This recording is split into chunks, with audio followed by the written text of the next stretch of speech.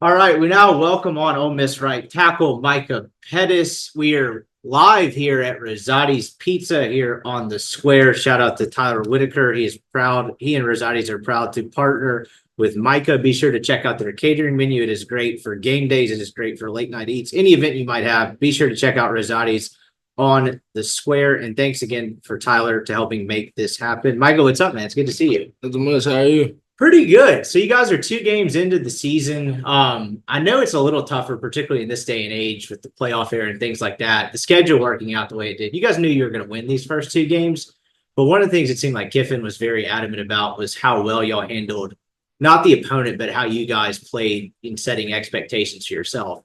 A lot of that sounds kind of like coach speak, but he seemed very genuine in that. How did y'all handle that going in terms of not looking at the scoreboard and just playing to our level? Coach, he did a really good job of emphasizing that coming into the games about like a faceless opponent, and just prepare every week as we had a team speaker come in. His name is CL Shep. He was talking about like we can only beat ourselves. Like we got enough talent in the room. We got the coaching staff. We can only go out there and beat ourselves. And like in past, we've played down to our opponents at times, like when games should have been a blowout, like on paper, like, we match up physically better than them, everything. And we don't really take them too serious. And then that's how you end up with like a Notre Dame just lost to NIU, I think. Like something like that. You could just, overlooking someone, don't overlook everybody. Go out there ready to dominate your opponent, no matter who it is. It could be the SEC championship or it could be Furman. It doesn't treat them exact same. Everybody gets the same treatment. We go out there with that mentality and try to make them quit every game. You guys have been a little bit banged up front coming into the year. You're down a couple of starters. Usually, you lose a third after the first game. Is that difficult, even though when you know you're going to win the game, kind of rotating around, or do you feel like that'll pay off later in the season? Maybe in years past we've been a little bit like we would have been in a little bit of panic mode, but I think they did a good job of developing guys in the spring and bringing in some transfers. So it's like we're still calm, we still got depth. All right, we're ready for those guys to get back and healthy, but like we don't have to miss a beat. We can make sure those guys get their rest and are ready to go when they're ready to come back, and it's no problem. Yeah, I think the staff did a good job of developing depth in the offseason. Because, I mean, the 2 guys that have had to plug in are 2 dudes that were on a national title playing team last year, and then Reese McIntyre has been around the program a lot. Really not any guys that are just getting thrown into the fire for the first time. But I feel like a good example of how that can go a little sideways is you last year. You got hurt. There was a real reshuffling done on the offensive line. It seemed like they were not really the same after you left. And that made me think that had been a while since you played football. How good was it to get back on the field? It really felt great. Like it was like it used to kill me watching the games and like knowing like it didn't really when I got hurt, I knew they told me I was hurt and I was gonna have to have surgery. And it was like, it really didn't register until that Friday when it was about 3 o'clock and I'm like, oh wait, I don't have to pack my bag. I don't have to be back at the facility to be ready to get on the plane or the bus. Like, you know what I mean? So like, and then sitting down watching the game and watching them play, and it's like playing without me. I just felt weird, and it was like not used to it. And I mean, like being away from football that long, it really made me appreciate that much more. Like, don't take a rep for granted because like could really be any play, any rep in practice. It's so random. Like you never know. So. And that's one of the things I've figured out, kind of getting to know some athletes through the years, doing various stories. It's like a guy gets hurt, he's just like out of the spotlight. But like what people don't realize is you have the surgery and then the rehab process is very tedious and very long. You're having to do the same shit again and again every day without really any goal end in sight. For you, what was that process like, and when did you kind of feel like you were actually back and healthy again? During the spring, I was like, it was just like it did get like, but it got really irritating at times, like not doing like being able to do stuff that you just don't even think about doing, the stuff that you gotta like think about. Like it's just weird. Like I can't speak from other people's experience, but like you never realize how much you use your like foot until you can't use it. Like I know that sounds dumb, but like learning how to walk again or like just like jumping up and down and landing or like you slip and you got to plant off of that foot or stick off of this foot. Like it's just little things that you take for granted, and it all comes back like naturally once you get your strength back and stuff. But yeah, it's a really hard process, and I felt like I was back about 100%, like ready to go. We got around like end of April, May, around that time when we did the spring game, the fun, whatever we call them, was fun game, spring game. Yeah, I felt like I was ready to go. And then fall camp, I felt good all fall camp. It's just glad to be back, honestly, and pads. Does fall camp get any easier? You've been No. through several of them now. Does it get harder and longer? Like, come on, man, let's get. I to mean, the like season. they take pretty good care of us and make sure we're getting enough hard work and everything. But like like they don't try to kill us, but they can't. Like the Mississippi Heat, I don't know. I'm from Alabama. I didn't know that the heat in Mississippi was that much different. Yeah. It just seems to get hotter and hotter every year. Like, and it's just like I'll come out of practice and a big old guy like me, I'll lose 10 pounds at practice. Like it's really hot out there. And really, they make sure they put us in the hottest point of the day so we get like there's nothing we're not ready for. I remember talking to Sean Rawlings a few years ago, and he was a guy that when Laramie Tunsil got suspended had to come in, and he wasn't really ready to play yet. He was talking about one of the hardest things to do was keep weight on during camp and keep weight good on. Does that get easier further along in your career? Or does it stay the same? And how do you do that? During camp, you just got to make sure you're taking in like because a lot of the weight you're losing is fluid. Right. So like you got to make sure you get that back in you so you're hydrated and you don't got to like cramp up and all of that. And then like the meals, you really can't like they overdo it. Like our snack time is like a whole nother meal. Like you got to eat to make sure you keep your weight up. And if you don't, you probably gonna get in trouble. So. One of the things that led to you guys garnering national attention this offseason, what you guys did in the portal, and it's really what you did on both sides of the line of scrimmage. There are a lot of guys on the other side of it, whether it be Walter, Nolan, Princely. I mean, Ivy's been there a while, but you guys are really deep and talented on both sides. What's it like going against guys like that every day? Could you sense a difference in how talented the other side of the football was this year in practice? Yeah, it's like in years past, it's been like, really like, offense. Coach Kiffin hit it on it in one of his interviews. It's been like offense dominating in practice, and now it's like we might go out there and shit. I don't know what the defense might kick our ass. Like it's just the defensive day. Like, and I like that because I'm a competitor and we get to go out there and compete every day, like in practice and go against guys that are draft picks and are going to play a long way in the NFL and all SEC, all American type of guys. It's great to go against in practice because like that way in the game, it's like this ain't nothing I've never seen before. Yeah, like in the most literal sense, even if you guys go all the way and play for a national title, the odds of you playing a defensive line as talented or more talented, it's probably like, I don't know, 2-3 teams maybe, and it's debatable. I mean, that has to be a valuable experience every day. Yeah, no, it's very valuable. Like, it's like, I don't want to say it, but like sometimes in the game, I get bored because like I'm going against like, oh, it's not that hard. Like, yeah, like having the down block against Walter Nolan or deal with Princely's get off or like, J.I. and his long arm and like, I don't have to deal with that. I already faced that in practice all week. So when we go hard and go at it, it's really easier in the game. The game is easier than practice most times. You're one of the few guys that's been at Ole Miss since high school. And I have to imagine, I feel like every college athlete that plays all 4 years probably goes through a lot of teammates. I feel like you'll look back one day like, man, I had a lot of teammates because guys are going in and out. You've been around here a long time. What has that been like for you going from a young guy that played pretty early on in his career to a veteran now? Is there any way you approach things in terms of how you deal with other guys? What is that kind of like? I just try to give good advice to the younger guys that was bestowed upon me by older guys and stuff that I learned along the way. Like, and just like, I remember those days like, man, I hate it. I'm on a scout team. I want to leave. I want to do this. I'm telling them guys, like, you're going to be fine. Like, you know what I mean? It's okay. Like, just keep your head down, keep working. You're going against the best D-line, one of the best D-lines in the country every day. Like, you're going to get better. Like, just keep it. Like, don't just take it day by day. That's what you really got to do. I know it sounds cliche, but like literally just take it day by day and you'll look up and I feel like I was just a freshman, early enrollee freshman the other day, and now I'm a senior. So like it really does go by fast too. So I just try to tell them take it day by day and keep your head down and don't lose your confidence either. Because like you coming from high school, you're the man. You're the best guy out there probably. But you get here, everybody's good. So like, what are you gonna do to set yourself apart? Particularly on the offensive line, because that's like the last position left that you can't really plug and play. Like there's a weight difference, there's an experience and speed difference that's really hard to match, except in some rare instances.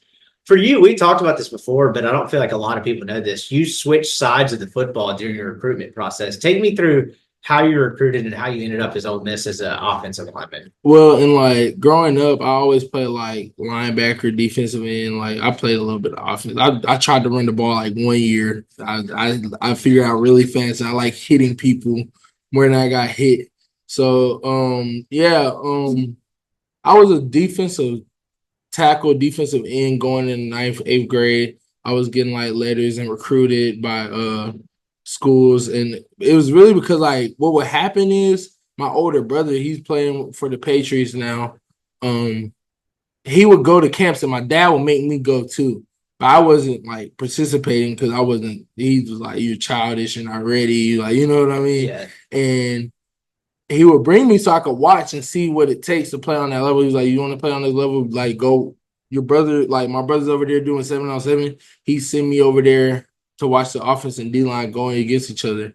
And it would get to the point, like, every place we went, I would want a T-shirt too, like my brother was getting. And I would have the camp T-shirt, and like a coach would come over there and he'd be like, what are you doing, son? Like, I'm like, well, I'm in 8th grade, bro. Like, I'm not participating today. Like, because, I'm just over there standing off to the side while everybody's getting reps. And, when I got to 9th grade, at the end of 9th grade, I hit like a growth spurt right after I went to the rivals camp. I was like maybe like 6'2", 6'3" at the rivals camp, and I come back to school after spring ball. It was like May going into June. I hit a massive growth spurt, and I grew to like 6'6". And yeah, I showed up my first camp. I'll never forget it. Me and my brother went to Mississippi State because they were like really adamant about getting me there from the rivals camp defensive line. Like Coach Brian Baker, he told me he wanted me out there, handwritten me letters, telling my coach at the high school make sure I come to that camp. And I get there and I'm talking to him and he's like, acting like you don't know. I'm like, it's me, Micah. Like he was like, oh, you're big Micah. Like you're way bigger than I thought. So like he was like really excited to get me out there, and the growth spurt, like I was aching and stuff. I wasn't moving as well. He was like, maybe you should try offensive line. And at first I'm like, hell no, like I don't want to play offensive line. In high school, like they just picked the biggest like softest kids to play offensive line basically. And he sat me down and told me, he was like, well, you can do camp. You can go through high school as as a defensive lineman, but like you're just gonna be setting yourself behind, because when you get on campus, they're gonna do whatever they want to do with you. Like if they want you at defensive line, they can get you there. But I know us and other SEC schools, when you get there, they're gonna try to make you an offensive lineman. So it's best you learn now, and you'll put yourself like around the curve. So when I went back to school, I already knew that he had called my coach. But I didn't my coach called me in the office and he was like, well, I'm going to put it to you how the coach put me. He was like, do you want to be a 3-star defense lineman or a 5-star offensive lineman? And, me being a smart ass I was like, I want to be a 3-star defense lineman. And he was like, well, you're playing offensive line, so you get ready to go to practice at offensive line. And the rest of the history, I just started playing from I was playing JV both ways. I was playing on JV, like to get reps and stuff, and I was getting pulled up on varsity on Fridays. And then my 11th grade year, that was my first year playing full offensive line, and then from there, I just went on from there. Yeah, that's crazy to think about too. Like I obviously can't relate, which might be shocking to some out there, but growth spurt in that short amount of time, like when you go from that, it's probably not only like my clothes don't fit. You mentioned not moving the same, kind of aching and something. Was that kind of freaky as you're like developing as a football player? And all of a sudden, it was I don't know what this is. I remember like every day I was like so sore. Like it was just like, it was ridiculous. I was really sore every day. And it was just, I didn't really even notice I had grew until I got back to school. Like I said, like everybody was like, "You got taller." And I was like, no, what are you talking about?" No, I didn't. Like, I mean, I was only gone for a month, and yeah, it just, I don't know, it just kind of happened. I heard you were a 5-star for a day. No, it was like a 4-star, but yeah, that was like um I had told a guy that one of the 247, right? I'm not gonna mention his name. I told him I was committed to a school that I thought I was committed to, and I wasn't. And I ended up choosing Ole Miss. They got like but heard about it. So So fans talk about that all the time. They talk about more in conspiracies of like this writer hates our school, but that does happen based off how you deal with some of those recruiting guys, and there is bias in that, is there not? yeah, I think there is at times. Definitely is like, some schools, school might find a diamond in the rough, and then he gets a Bama offer. Now he's the number one player in their whatever state he's in. So I believe that does happens. I mean, like, I really don't care because I mean, like, rankings obviously don't matter once you get on campus, you don't got no stars anymore. So like it's about what you do from there. But like, yeah, that definitely was like it was weird. I was all excited telling everybody, like telling my mom, telling my dad and stuff, and then it went back to the same ranking I had as a defense lineman. I just never got ranked after that. Like, I mean, it didn't bother me. Like, it just anything could put another chip on my shoulder because I was like, I'm facing all of these 3-star, all these 4 stars and 5 stars. We playing the Thompsons and the Hewitt Trustvilles, like 7A football in Alabama, and I'm whooping their ass every week. So I mean, like, I knew what I was and who I was as a player, so it didn't bother me for real.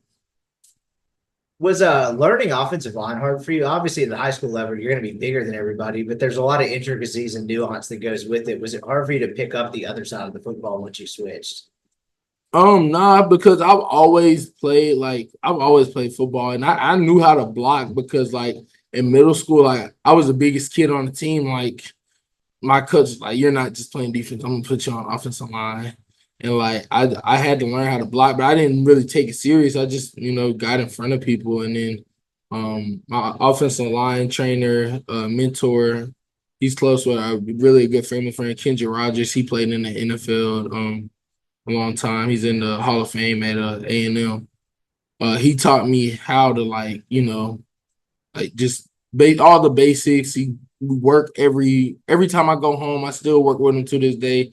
I would come, go to practice, go to him, go to practice, go to him like every day in the summertime.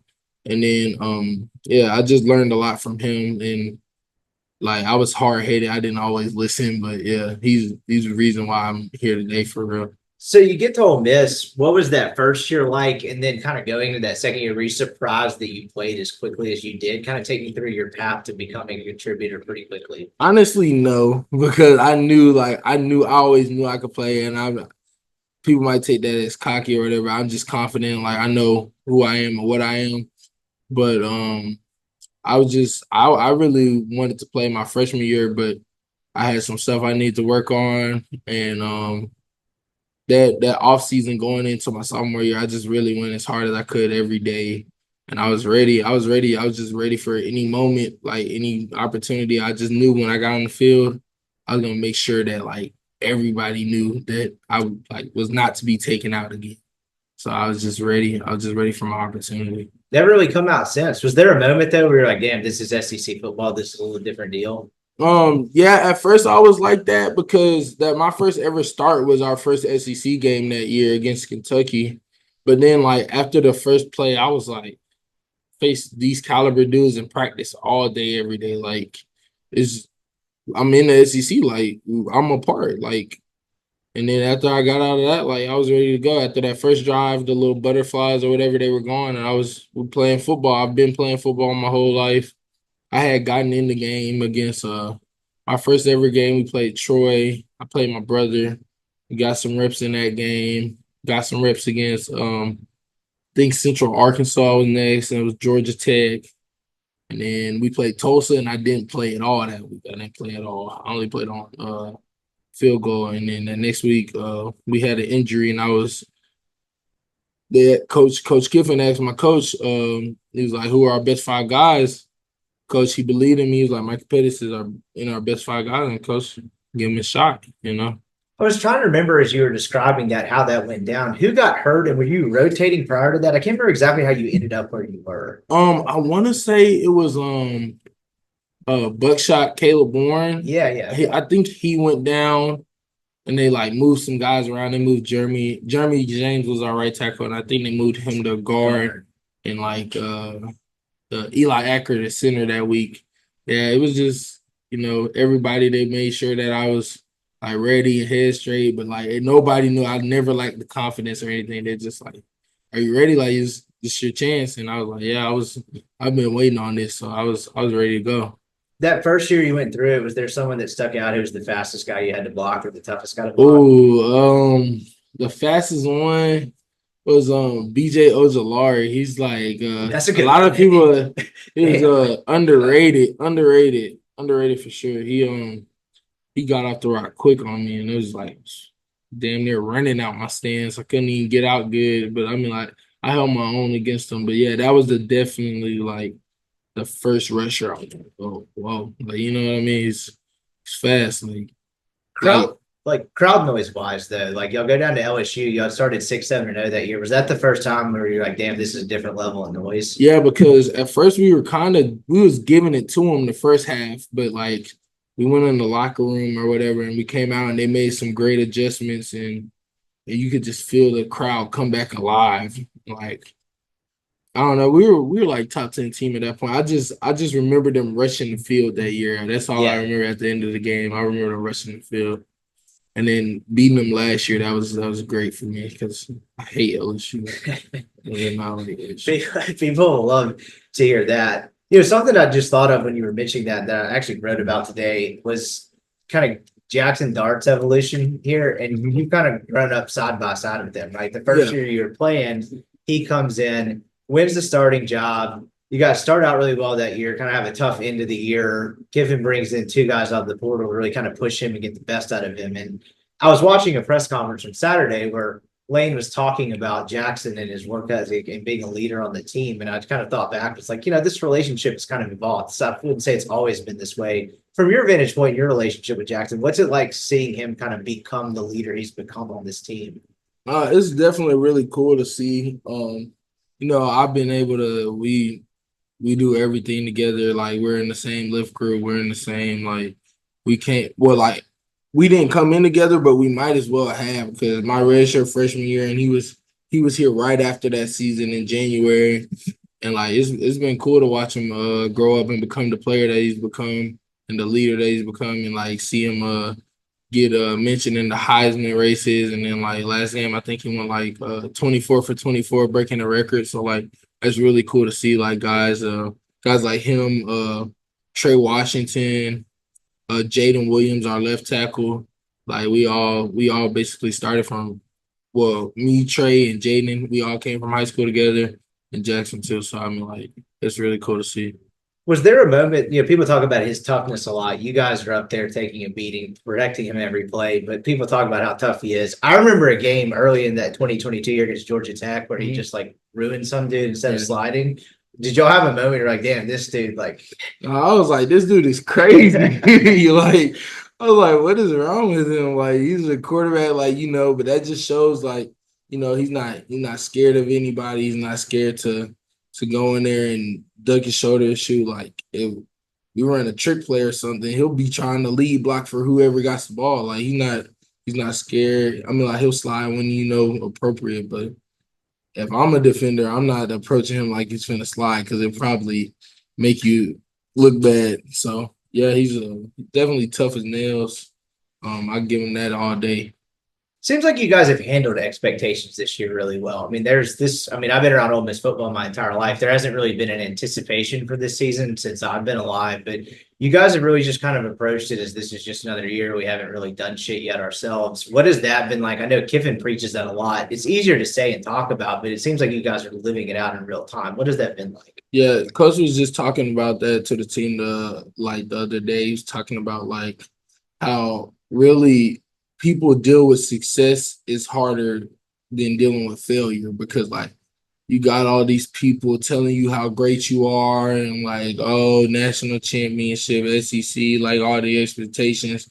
And if you let that get to your head and you start like, then your ego gets in the way and you get a big head and like, that's how like you come in and like, as you were talking about, like smaller opponents and we really kept our foot in on the gas, like, but that's what we're supposed to do. Like, that's our approach this year. Like, it's not a surprise. Like, everybody's like, oh, Ole Miss is really good. Like, no, that's what we're expecting to do. That's what we're going to do. So we're going to continue to do. So, like, it's really an expectation, a higher standard we're holding ourselves to this year. And I imagine there's a freeing sense in that too, where you guys are about to hit the teeth of your schedule coming up. You are going to play in a lot of big games. For someone as experienced as you are and your early experience as the team is, I imagine that just has to be a lot of fun. Where it's like next 7 weeks, we're just kind of let loose, and this is going to be awesome. Yeah. Kind of one of the last things I had for you football wise was there's a lot of chirping that goes on the offensive line. We were talking about the Middle Tennessee kind of halftime thing beforehand, but just in general, I'm curious, like I've talked to some linemen through the years. A lot of guys are like shit talkers, lack of better word. Some guys really only do it unless it's like, they've been instigated. Do you like to get in people's heads or do you kind of let it come to you? Like I've been on both sides of the fence, so it really depends. Like sometimes like guys will get to talking on the internet, like last year before the Texas A&M game, like those guys that were like, they took it upon themselves to comment up under our post and stuff like that. So like, you get that type of stuff. But me personally, I'm a guy that like, I won't say anything unless you do. But like, I'm also a guy that does my research. So I probably know everything about you before you, like you get to talking. Like, so I'm like, I wouldn't do that if I were you. So I mean, like, but hey, I mean, like, I can talk, and I can walk the walk too. So it's whatever they want to do, honestly. One of the things I've enjoyed over the last couple of months is just like talking to you back and forth a couple of times. You're a great storyteller. You need your own podcast, honestly. We can set that up at some point, but you do a lot of things off of the football field. You've done a lot of entrepreneur work. Kind of tell me about Culture 57 and some of the other things you have going on. Culture 57, that's my LLC, and I've tried to start, like, I just gave a $10,000 donation to Tennessee Valley Prep. Miss Muriel, she's a director over the school. And she approached me this summer and she was like telling me about it. She wasn't even asking for anything, but like she was telling me about like, because I grew up with her kids and her nieces and nephews, and we all played rec ball and went to high school together. And she was telling me and my dad about like, how they were trying to get New Jersey and they couldn't. And I just like, I'll be able to do so with they blessed me with the opportunities with NIL and stuff people gave me. So I like opportunity to give back. So I jumped on that to be able to do that. And I look to be able to give back more to the community in upcoming ways in the future.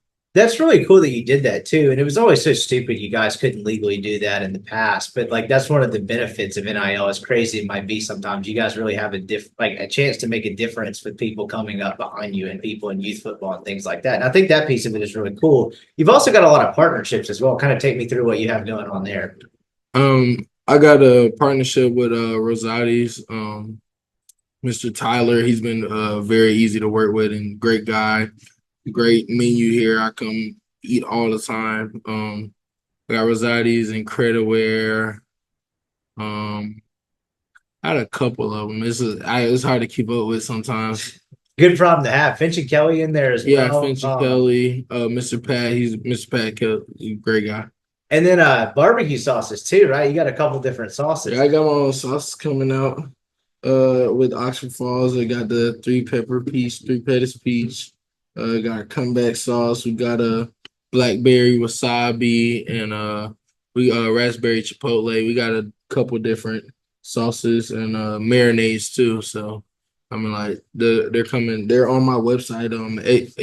HLX is another partner. They made me a pretty nice website, and they got all the partnerships and everything you would need and to know. So you can go click my link in bio and Instagram and you can see that. How did you decide on the different types of sauces? Like, is that something you were interested in? Did you do a taste test? Like, what happened there? He approached me and he let me taste test them and see what I like and like kind of got my opinion too. And really, you can't go wrong with any of them. But my personal favorite, me being from Alabama, you comeback sauce hard to get your hands on, especially in stores. But you can actually get this here at Cash Saver or Oxford Meat Company. That's another partner of mine. Great people there, Mr. Josh. My favorite sauce to use is three pepper peach. That's why it's gonna be called three Pettus peach soon. But yeah. So what does that taste like? Is that like barbecue? What do you put that on? Really, you can do anything with it. You can put it on like wings. You can use it as a dipping sauce. Or you can put it on like a cracker with like cream cheese or anything. Like if you want to put it on dessert, it's like sweet and spicy too. Like you can really do anything with it, honestly. Anything you would like. That's awesome. It looks delicious. Remind us one more time too for people out there listening. Where can you go get that? Oxford Meat Company and the cash saver over there off of University. Awesome. Last thing I have for you, recording this on a Monday night. You guys have Wake Forest this weekend, kind of your first Power Four opponent. There's a chance of some rain. How do you guys prep for something like that? Coach Kiffin says, you pack your run game, pack your defense on the road. So we just go in and approach it same way any road game.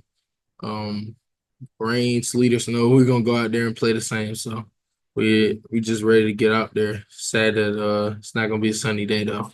And then the last thing I have for you is, you mentioned you feeling like you were a freshman or a sophomore not too long ago, and this being your senior year, you kind of have to pinch yourself and let yourself enjoy the ride. I mean, you have a lot on your plate, right? You guys are trying to win a title. You obviously have a professional future to consider. Do you have to kind of stop and kind of pinch yourself and think like, let's just enjoy this ride sometimes? Yeah, sometimes you get so caught up in everything and trying to look ahead when you just gotta live in the moment.